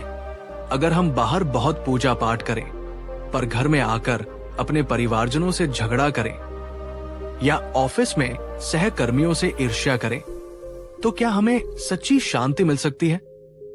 क्या वो पूजा का सच्चा फल होगा? अब आती है हमारी कहानी के सबसे नाटकीय और मार्मिक हिस्से की, जिसमें बुद्ध का सामना होता है मगध के नए राजा अजातशत्रु से। ये वही अजातशत्रु था जिसने सत्ता के लालच में अपने ही पिता महान राजा बिंबिसार को बंदी बनाकर कारागार में डाल दिया था, जहां उनकी मृत्यु हो गई थी। इस जघन्य पाप को करने के बाद अजातशत्रु को राज तो मिल गया, पर उसके मन की शांति छिन गई। वो रात रात भर सो नहीं पाता था। उसे अपने पिता की चीखें सुनाई देती थी। अपराध बोध की आग में वो जल रहा था। उसने बड़े बड़े यज्ञ करवाए, ब्राह्मणों को अकूत दान दिया ताकि उसका पाप धुल जाए, पर उसे कोई शांति नहीं मिली। अंत में थक हार कर वो एक रात चुपके से बुद्ध के पास पहुंचा। वो बुद्ध के चरणों में गिर पड़ा और रोते हुए बोला, गुरुदेव, मैं एक पापी हूं। मैंने अपने पिता की हत्या की है। मेरे मन में एक क्षण के लिए भी शांति नहीं है। मैंने सब कुछ करके देख लिया। क्या कोई ऐसी पूजा है, कोई ऐसा अनुष्ठान है जिससे मेरा ये पाप मिट जाए? अगर मैं सो मंदिर बनवा दूं या अपना सारा खजाना दान कर दूं, तो क्या मुझे इस अपराध बोध से मुक्ति मिल जाएगी? बुद्ध ने उस पीड़ा में जलते हुए राजा को करुणा से देखा। उन्होंने कोई कठोर शब्द नहीं कहा। उन्होंने शांति से पूछा, राजन, अगर कोई व्यक्ति भूलवश जहर पी ले और फिर उसे अपनी गलती का एहसास हो, तो उसे क्या करना चाहिए? क्या उसे केवल बैठकर फूलों से जहर की शीशी की पूजा करनी चाहिए और प्रार्थना करनी चाहिए कि जहर का असर खत्म हो जाए, या उसे तुरंत किसी वैद्य के पास जाकर उस जहर को शरीर से बाहर निकालने का उपाय करना चाहिए? राजा ने सिसकते हुए कहा, उसे तुरंत वैद्य के पास जाकर उपाय करना चाहिए। गुरुदेव, पूजा करने से जहर का असर खत्म नहीं होगा। बुद्ध बोले, ठीक इसी प्रकार हे राजन, पाप का विष केवल बाहरी पूजा या दान से नहीं धुलता। पाप का विष तब धुलता है जब तुम सच्चे हृदय से पश्चाताप करो और फिर उस विष को निकालने के लिए सही कर्मों की औषधि का सेवन करो। राजा ने पूछा, क्या है वो औषधि गुरुदेव? बुद्ध ने कहा, तुमने अपने पिता के साथ अन्याय किया। अब तुम अपनी प्रजा के पिता बनो। उनके साथ न्याय करो, उनके दुखों को दूर करो, उनकी सेवा करो। जब तुम्हारी प्रजा तुम्हें आशीर्वाद देगी, जब उनके हृदय से तुम्हारे लिए प्रेम निकलेगा, वही प्रेम तुम्हारे अपराध बोध के घावों पर मरहम का काम करेगा। पश्चाताप और सेवा, यही तुम्हारे पाप का सच्चा प्रायश्चित है। राजा अजातशत्रु की आंखों से पश्चाताप के आंसू बह निकले। उसे पहली बार मुक्ति का एक सच्चा मार्ग दिखाई दिया था। उस दिन के बाद अजातशत्रु एक क्रूर शासक से एक न्यायप्रिय और प्रजापालक राजा बन गया और बाद में उसने बौद्ध धर्म के प्रचार प्रसार में बहुत बड़ा योगदान दिया। दोस्तों, राजा अजातशत्रु की ये कहानी हमें बहुत कुछ सिखाती है। आपसे एक अंतिम सवाल, क्या आपको लगता है कि बड़ी से बड़ी गलती या पाप को केवल पूजा पाठ या धन दौलत से मिटाया जा सकता है, या इंसान को सच में अपने कर्मों को बदलकर और दूसरों की भलाई करके ही उसका प्रायश्चित करना पड़ता है? आपके विचार इस पर बहुत मायने रखते हैं। नीचे कमेंट में बताइएगा। दोस्तों, तो आज हमने देखा कि जब राजाओं और दरबारियों ने बुद्ध से उनके मार्ग पर सवाल उठाए, तो उन्होंने कितनी सरलता, कितने तर्क और कितनी करुणा से उन्हें राजधर्म का असली मर्म समझाया। बुद्ध ने राजाओं से जो कहा उसका सार यही था। एक राजा की असली पूजा उसकी प्रजा की सेवा करना है। भूखे को अन्न, बीमार को दवा और हर नागरिक को न्याय देना ही सबसे बड़ा यज्ञ है। 2, अगर राजा स्वयं न्यायप्रिय और धर्मपरायण नहीं है तो उसके द्वारा करवाए गए लाखों के यज्ञ और पूजा पाठ व्यर्थ है। 3, करुणा और धर्म ही किसी साम्राज्य की असली नींव है। शस्त्रों से राज्य जीता जा सकता है, पर उसे टिकाए रखने के लिए धर्म और प्रजा का प्रेम आवश्यक है। 4, पाप का प्रायश्चित बाहरी अनुष्ठानों से नहीं, बल्कि आंतरिक पश्चाताप और सुधारात्मक कर्मों से होता है। बुद्ध का संदेश बिल्कुल साफ था। पूजा का सम्मान करो, अपनी श्रद्धा बनाए रखो, लेकिन ये कभी मत भूलो कि पूजा से भी बड़ी शक्ति और बड़ा धर्म है सही कर्म, सच्ची करुणा और निर्मल ध्यान। अगर एक राजा केवल पूजा करे लेकिन अपनी प्रजा की सेवा और सुरक्षा के कर्म को भूल जाए तो उसकी पूजा अधूरी और निष्फल है। याद रखिए दोस्तों, भगवान तक पहुंचने का रास्ता केवल मंदिर के दरवाजे से होकर नहीं जाता, वो हर उस दुखी और जरूरतमंद प्राणी के हृदय से होकर भी जाता है जिसकी आप मदद करते हैं। पिछले एपिसोड में हमने देखा कि जब बुद्ध का सामना उस समय के सबसे शक्तिशाली राजाओं और सम्राटों से हुआ तो उन्होंने कैसे निर्भीकता से उन्हें राजधर्म का असली अर्थ समझाया।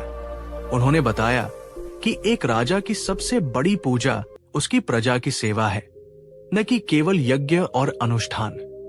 आज हम इस यात्रा के सबसे महत्वपूर्ण और व्यावहारिक पड़ाव पर आ पहुंचे हैं। आज हम देखेंगे कि जब बुद्ध की शिक्षाएं राजमहलों की ऊंची दीवारों से निकलकर साधारण लोगों के घरांगन तक पहुंची, जब उनका सामना आप और हम जैसे साधारण गृहस्थों, किसानों, व्यापारियों और विशेषकर स्त्रियों से हुआ, तो उन्होंने उन्हें क्या सिखाया। एक आम आदमी जो दिन भर अपनी आजीविका के लिए संघर्ष करता है, वो ध्यान और साधना कैसे करे। एक स्त्री जो घर परिवार की जिम्मेदारियों में बंधी है, वो अपनी मुक्ति का मार्ग कैसे खोजे। क्या बुद्ध ने उन्हें भी पूजा पाठ छोड़ने के लिए कहा या उनके लिए कोई अलग, सरल और व्यावहारिक मार्ग सुझाया। ये एपिसोड हम सब के लिए है। ये उन लोगों के लिए है जो सोचते हैं कि आध्यात्मिकता केवल साधु संतों के लिए है और गृहस्थ जीवन में रहते हुए शांति पाना संभव नहीं है। तो इस वीडियो को अंत तक और अपने पूरे परिवार के साथ देखिएगा, क्योंकि बुद्ध की ये शिक्षाएं आपके अपने घर को, आपके अपने जीवन को एक मंदिर में बदल सकती है। चलिए चलते हैं उन गांवों और नगरों में जहां बुद्ध आम लोगों के दिलों को छू रहे थे। दोस्तों, बुद्ध का मार्ग केवल भिक्षुओं और सन्यासियों के लिए नहीं था। वे जानते थे कि समाज का एक बहुत बड़ा हिस्सा गृहस्थों का है, जिनके जीवन की चुनौतियां और प्राथमिकताएं बिल्कुल अलग हैं। उनके पास न तो राजमहलों जैसी संपदा थी और न ही भिक्षुओं जैसा खाली समय। एक बार बुद्ध एक ऐसे ही गांव में पहुंचे जहां अधिकांश लोग किसान और कारीगर थे। वे बहुत धार्मिक थे। रोज सुबह पास के मंदिर में पूजा करने जाते थे, देवताओं को फूल और फल चढ़ाते थे। लेकिन इसके बावजूद उनके जीवन में चिंता, अभाव और असंतोष बना हुआ था। फसल अच्छी होगी या नहीं, बच्चों का भविष्य कैसा होगा, बीमार पड़ गए तो क्या होगा, ये चिंताएं उन्हें घेरे रहती थी। गांव के कुछ बुजुर्ग और समझदार लोग बुद्ध के पास आए। उन्होंने हाथ जोड़कर कहा, भगवान, हम आपकी शिक्षाओं के बारे में सुनते हैं। आप ध्यान और आत्मज्ञान की बात करते हैं, पर हम साधारण गृहस्थ हैं। हमें सुबह से शाम तक अपने परिवार का पेट पालने के लिए मेहनत करनी पड़ती है। हमारे पास घंटों तक बैठकर ध्यान करने का समय कहाँ है। हम तो बस सुबह शाम थोड़ी पूजा कर लेते हैं ताकि देवता हम पर कृपा बनाए रखें। एक किसान ने अपनी दुविधा व्यक्त की, भगवान, आप ही बताइए, हम पहले पेट की पूजा करें या भगवान की पूजा? अगर हम ध्यान करने बैठेंगे तो हमारे खेत कौन जोतेगा? ये एक बहुत ही सच्चा और व्यावहारिक प्रश्न था। बुद्ध मुस्कुराए। उनकी आंखों में उन मेहनतकश लोगों के लिए अपार करुणा थी। उन्होंने कहा, मेरे प्रिय मित्रों, तुमने बहुत ही उत्तम प्रश्न पूछा है। मैंने कभी ये नहीं कहा कि तुम अपना काम धंधा छोड़कर अपनी जिम्मेदारियों से मुंह मोड़कर साधु बन जाओ। गृहस्थ धर्म का पालन करना भी उतना ही पवित्र है जितना एक भिक्षु का जीवन। उन्होंने आगे कहा, तुम पूछते हो कि पूजा करे या काम? मैं कहता हूं, अपने काम को ही पूजा बना लो। जब तुम पूरी ईमानदारी और लगन से अपने खेत में हल चलाते हो तो वो तुम्हारी सच्ची पूजा है। जब एक कुम्हार पूरे ध्यान और प्रेम से एक घड़ा बनाता है तो वो उसका ध्यान है। जब एक माँ अपने बच्चे को निस्वार्थ प्रेम से पालती है तो वो उसकी सबसे बड़ी भक्ति है। पूजा केवल मंदिर में बैठकर मंत्र जपने का नाम नहीं है। अपने कर्तव्य को, अपनी जिम्मेदारी को पूरी सच्चाई, ईमानदारी और सजगता के साथ निभाना ही गृहस्थ की सबसे बड़ी पूजा है। ये सुनकर उन गांव वालों की आंखें खुल गई। उन्हें पहली बार ये समझ आया कि धर्म और जीवन अलग अलग नहीं है, बल्कि जीवन को सही ढंग से जीना ही असली धर्म है। दोस्तों, एक पल के लिए रुकते हैं और बुद्ध की इस अद्भुत सीख पर विचार करते हैं। बुद्ध हमें अपने काम को बोझ समझने के बजाय उसे एक पवित्र अवसर के रूप में देखने के लिए कह रहे हैं। आपसे एक सवाल है, क्या आप जो भी काम करते हैं, चाहे आप एक स्टूडेंट हो, एक कर्मचारी हो, एक व्यापारी हो या एक गृहिणी, क्या आप अपने उस काम को पूरी ईमानदारी, लगन और एक पूजा के भाव से करते हैं, या आप उसे केवल एक मजबूरी या पैसा कमाने का एक साधन मानते हैं? अपने सच्चे विचार नीचे कमेंट में जरूर लिखिएगा। ये आत्ममंथन हमें अपने जीवन को एक नया अर्थ देने में मदद कर सकता है। बुद्ध के समय में समाज में स्त्रियों की स्थिति बहुत दोयम दर्जे की थी। उन्हें अक्सर पुरुषों से कमतर समझा जाता था और धार्मिक क्रियाकलापों में उनकी भूमिका बहुत सीमित थी। ये माना जाता था कि उनका मुख्य कर्तव्य केवल घर परिवार संभालना और पति की सेवा करना है। जब बुद्ध ने अपना संघ स्थापित किया तो उन्होंने एक क्रांतिकारी कदम उठाया।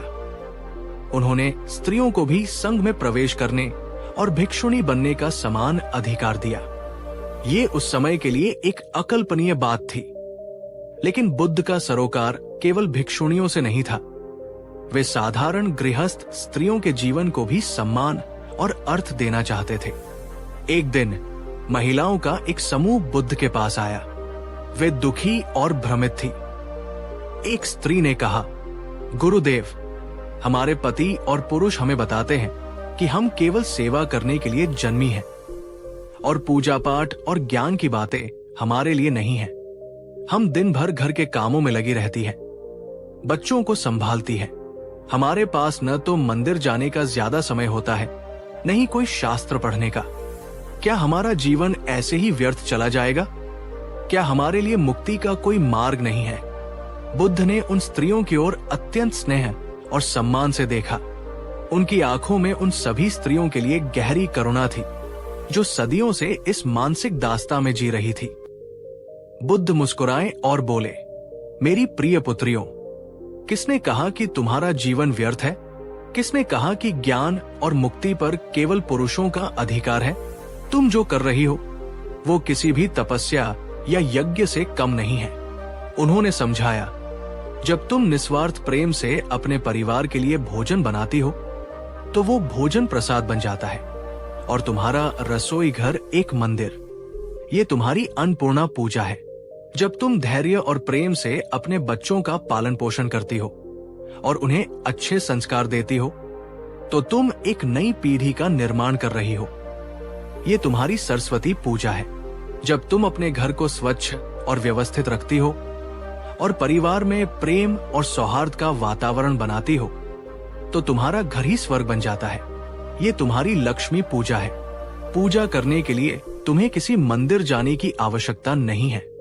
अपने घर को, अपने परिवार को और अपने हर कर्म को प्रेम, करुणा और सजगता से सींचो। यही तुम्हारी सबसे बड़ी साधना है। यही तुम्हारी सच्ची पूजा है। ये सुनकर उन स्त्रियों की आंखों में आंसू आ गए। ये पहली बार था जब किसी ने उनके घरेलू कामों को, उनकी जिम्मेदारियों को इतना बड़ा आध्यात्मिक सम्मान दिया था।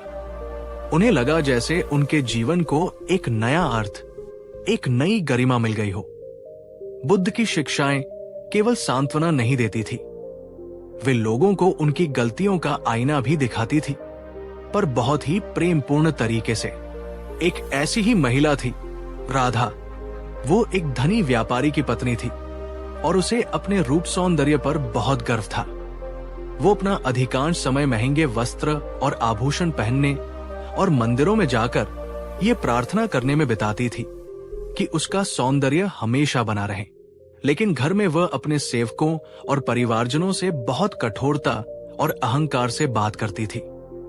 एक दिन बुद्ध उसके घर के पास से गुजर रहे थे।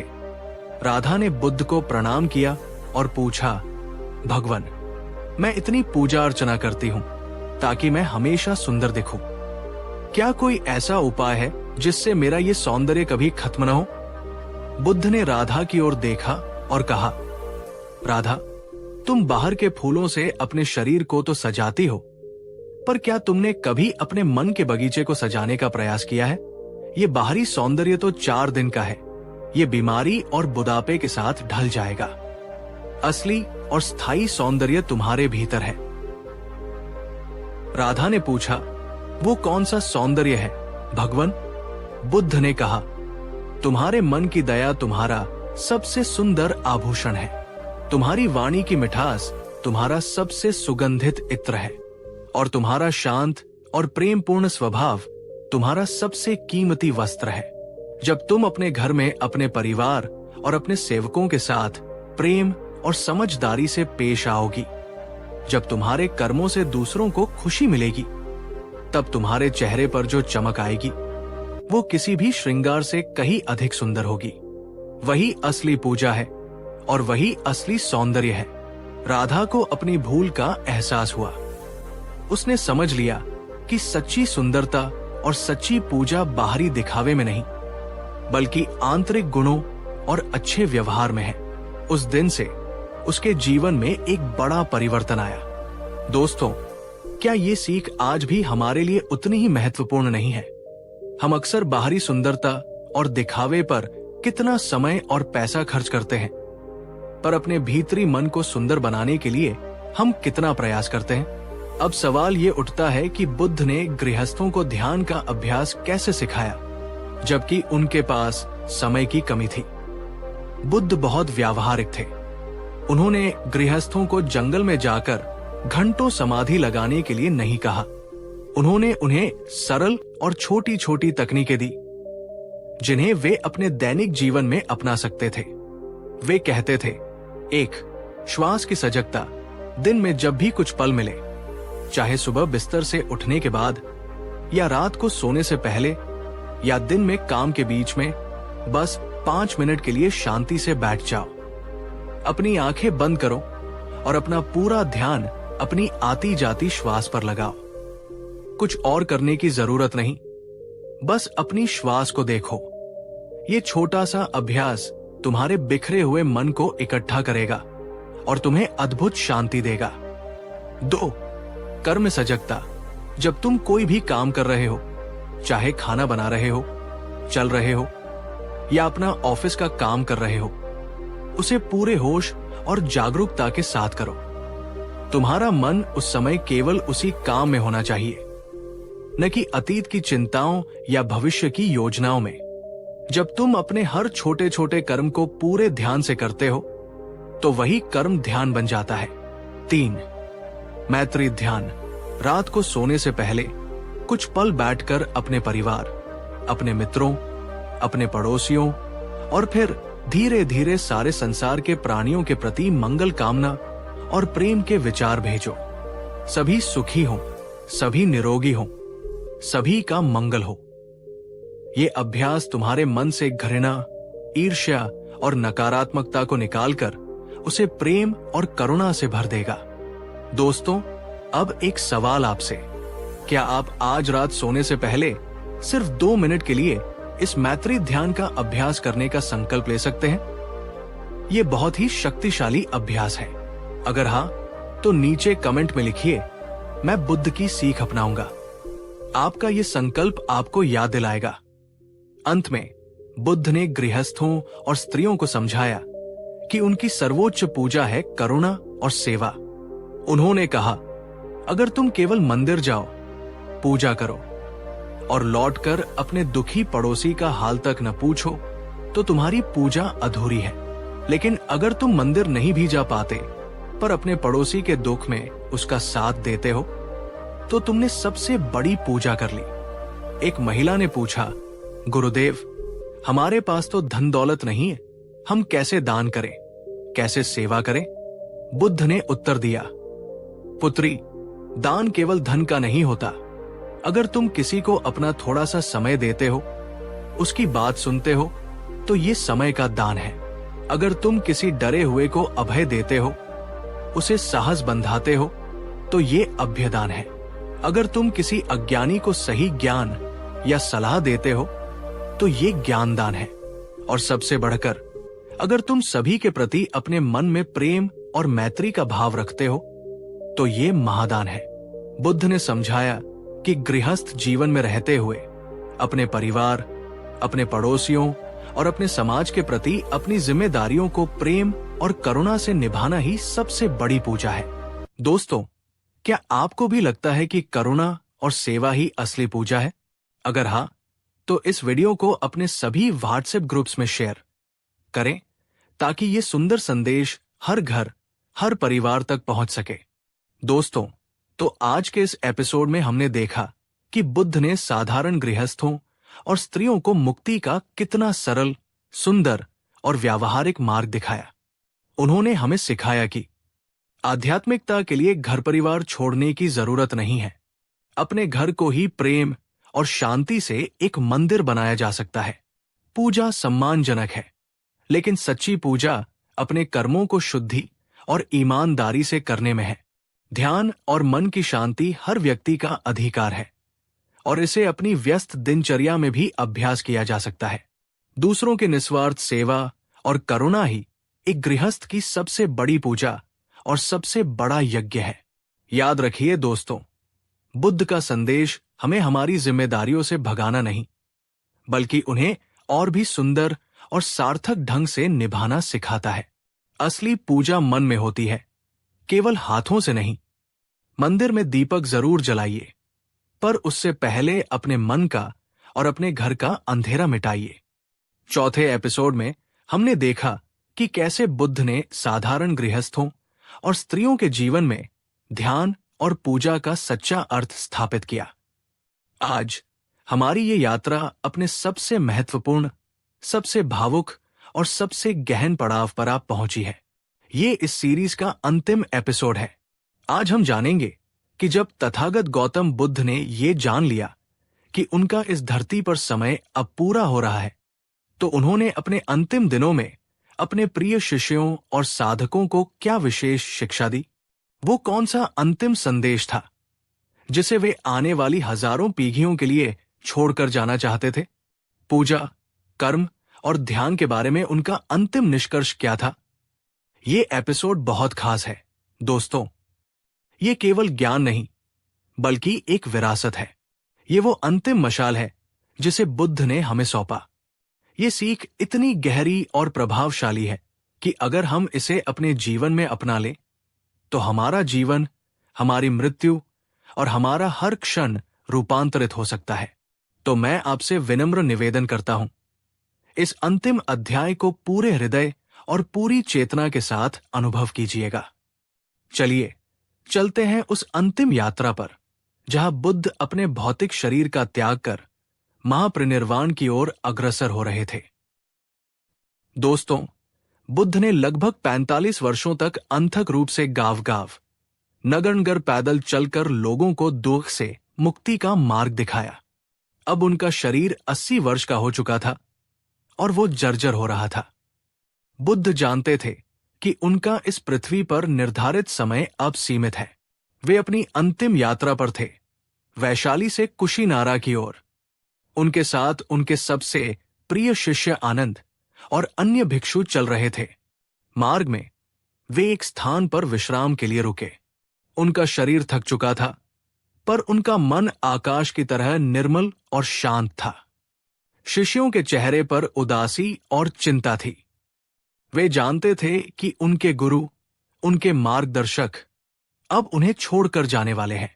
आनंद, जो बुद्ध की परछाई की तरह उनके साथ रहते थे, अपने आंसू नहीं रोक पा रहे थे। उन्होंने बुद्ध से पूछा, भगवान, आपके जाने के बाद हमारा क्या होगा? हमें कौन मार्ग दिखाएगा? आपका ये संघ, ये धर्म किसके सहारे चलेगा? जब आप नहीं रहेंगे तो हम किसकी शरण में जाएंगे? ये केवल आनंद का प्रश्न नहीं था, ये आने वाली हर पीढ़ी के साधकों का प्रश्न था।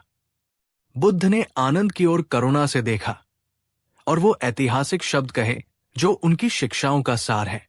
वे मुस्कुराए और बोले, अत दीपो भव आनंद, अत सरना अनः सरना, धम दीपो धम सरना अनः सरना। अर्थात आनंद, अपना दीपक स्वयं बनो, अपनी शरण स्वयं लो, किसी और की शरण में मत जाओ। धम, सत्य शिक्षा को अपना दीपक बनाओ, धम की शरण लो, किसी और की शरण में मत जाओ। उन्होंने समझाया, आनंद, मेरे या किसी भी गुरु के भौतिक शरीर पर निर्भर मत रहो। शरीर अनित्य है, वो नष्ट होगा। मैंने तुम्हें जो धम्म सिखाया है, जो सत्य का मार्ग दिखाया है, मेरे जाने के बाद वही तुम्हारा गुरु होगा, वही तुम्हारा मार्गदर्शक होगा। सच्चा धर्म किसी व्यक्ति की पूजा करना नहीं है आनंद। सच्चा धर्म है उस सत्य पर चलना जिसे मैंने अनुभव करके तुम्हें बताया है।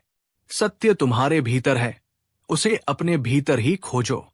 दोस्तों, एक पल के लिए रुकते हैं और बुद्ध के इन अंतिम शब्दों की गहराई को महसूस करते हैं। अपना दीपक स्वयं बनो। ये कितना बड़ा और शक्तिशाली संदेश है। आज के युग में हम अक्सर अपनी आध्यात्मिक शांति और मुक्ति के लिए बाहरी गुरुओं, बाबाओं, ज्योतिषियों या कर्म कांडों पर पूरी तरह से निर्भर हो जाते हैं। हम अपनी समस्याओं का समाधान बाहर खोजते हैं। आपसे एक सवाल है और ईमानदारी से सोचिएगा, क्या हम भी अपने जीवन में किसी बाहरी सहारे पर बहुत ज्यादा निर्भर हो गए हैं? क्या हमने अपनी आंतरिक शक्ति, अपने विवेक और अपनी क्षमता को पहचानना छोड़ दिया है? अपने विचार नीचे कमेंट में बताइएगा। बुद्ध हमें किसी भी प्रकार की मानसिक गुलामी से मुक्त करना चाहते थे, चाहे वो किसी व्यक्ति की हो, किसी मूर्ति की हो या किसी परंपरा की हो। वे हमें आत्मनिर्भर, प्रज्ञा निर्भर बनाना चाहते थे। अगर आपको लगता है कि बुद्ध की ये अत दीपो भव की सीख आज के समय की सबसे बड़ी जरूरत है, तो इस वीडियो पर एक लाइक करके इस विचार से अपनी सहमति जताइए। कुशीनारा पहुंचकर 2 शाल वृक्षों के बीच बुद्ध ने अपने अंतिम उपदेश के लिए अपने सभी शिष्यों को एकत्रित किया। उनका शरीर पीड़ा में था, पर उनकी चेतना परम शांति में स्थित थी। उन्होंने पूजा, कर्म और ध्यान के संबंध में अपनी 45 वर्षों की शिक्षा का सार प्रस्तुत किया। उन्होंने किसी नई या चमत्कारिक बात का उपदेश नहीं दिया, बल्कि उन्हीं मूल सिद्धांतों पर जोर दिया जिन्हें वे जीवन भर सिखाते रहे थे। 1. कर्म का सिद्धांत। बुद्ध ने कहा, हे भिक्षुओं, ये याद रखना कि तुम्हारे कर्म ही तुम्हारी असली विरासत है। तुम्हारे कर्म ही तुम्हारा आश्रय है। तुम जो भी कर्म करोगे, अच्छा या बुरा, उसके फल के तुम ही उत्तराधिकारी बनोगे। उन्होंने स्पष्ट किया कि मेरे जाने के बाद ये मत सोचना कि मेरी पूजा करने से या मेरे नाम की दुहाई देने से तुम्हारे कर्मों का फल कट जाएगा। नहीं, तुम्हें अपने कर्मों का फल स्वयं ही भोगना पड़ेगा। इसलिए सदा कुशल, अच्छे कर्म करने में ही लगे रहना। 2. ध्यान का मार्ग, एकमात्र आश्रय। उन्होंने पूजा पाठ या कर्म कांडों की कोई चर्चा नहीं की। उनका पूरा जोर ध्यान और सजगता पर था। उन्होंने कहा, हे भिक्षुओं, सभी सांसारिक वस्तुएं अनित्य हैं, परिवर्तनशील है और अंततः दुख का कारण है।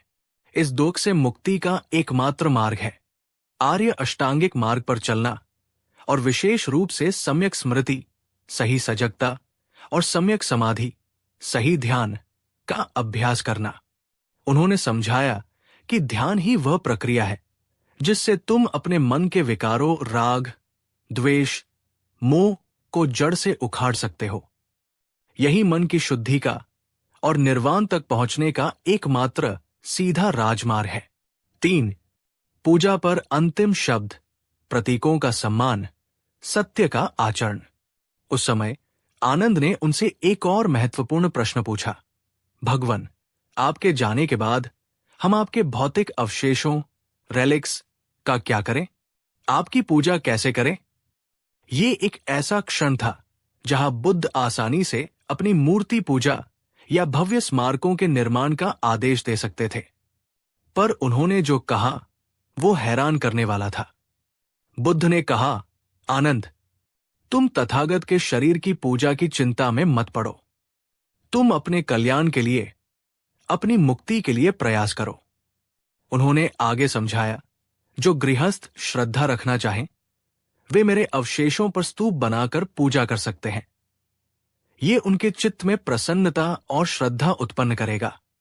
लेकिन आनंद, वो भिक्षु या भिक्षुणी या वो उपासक जो मेरे धम्म, शिक्षाओं पर आचरण करता है, जो शील, समाधि और प्रज्ञा के मार्ग पर चलता है, वही मेरी सच्ची और सर्वोच्च पूजा करता है।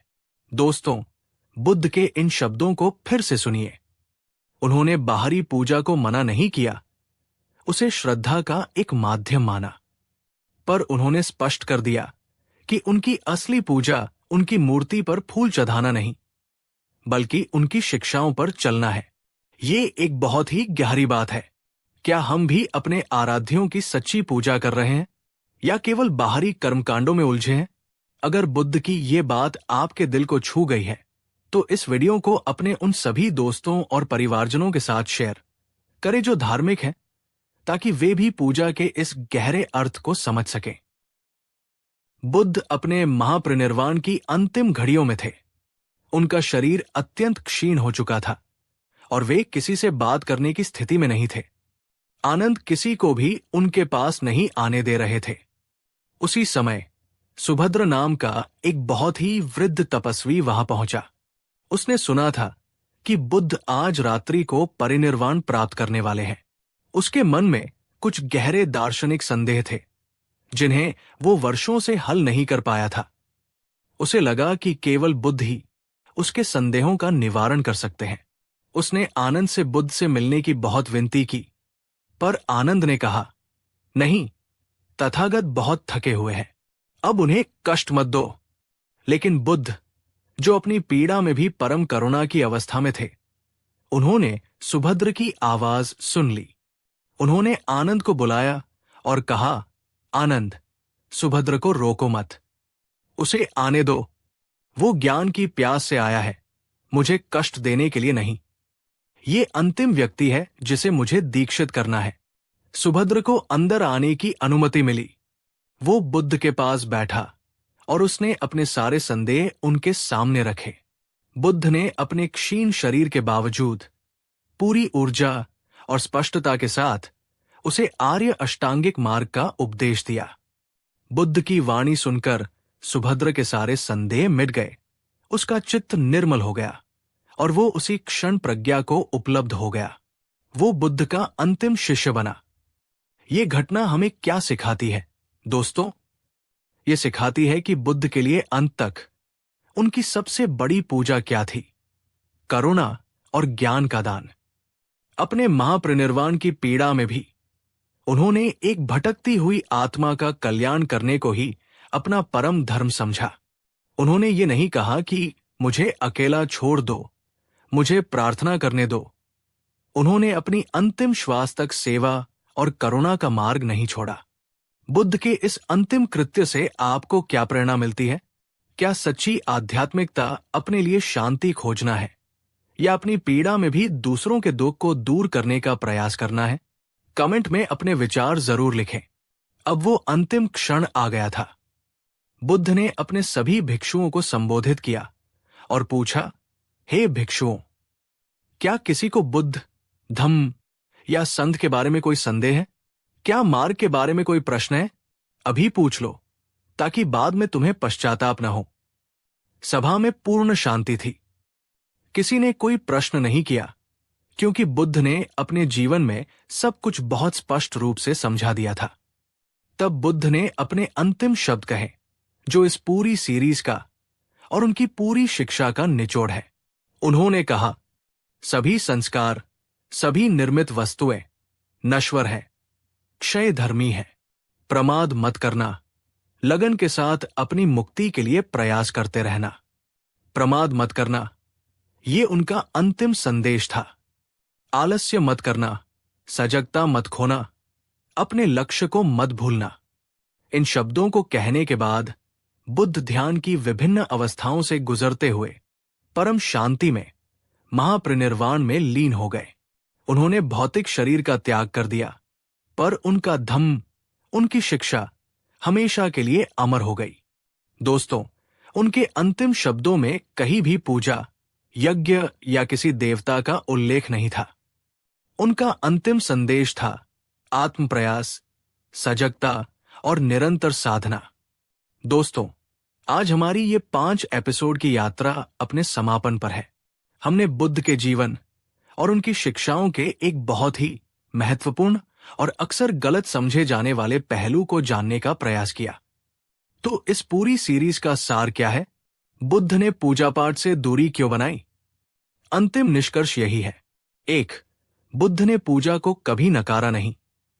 उन्होंने उसे श्रद्धा का एक माध्यम माना, पर उन्होंने हमेशा ये स्पष्ट किया कि सच्चा धर्म और सच्ची पूजा बाहरी कर्मकांडों में नहीं, बल्कि आंतरिक रूपांतरण में है। 2. उनके लिए श्रेष्ठ कर्म ईमानदारी, अहिंसा, सत्य किसी भी पूजा से बढ़कर थे। 3.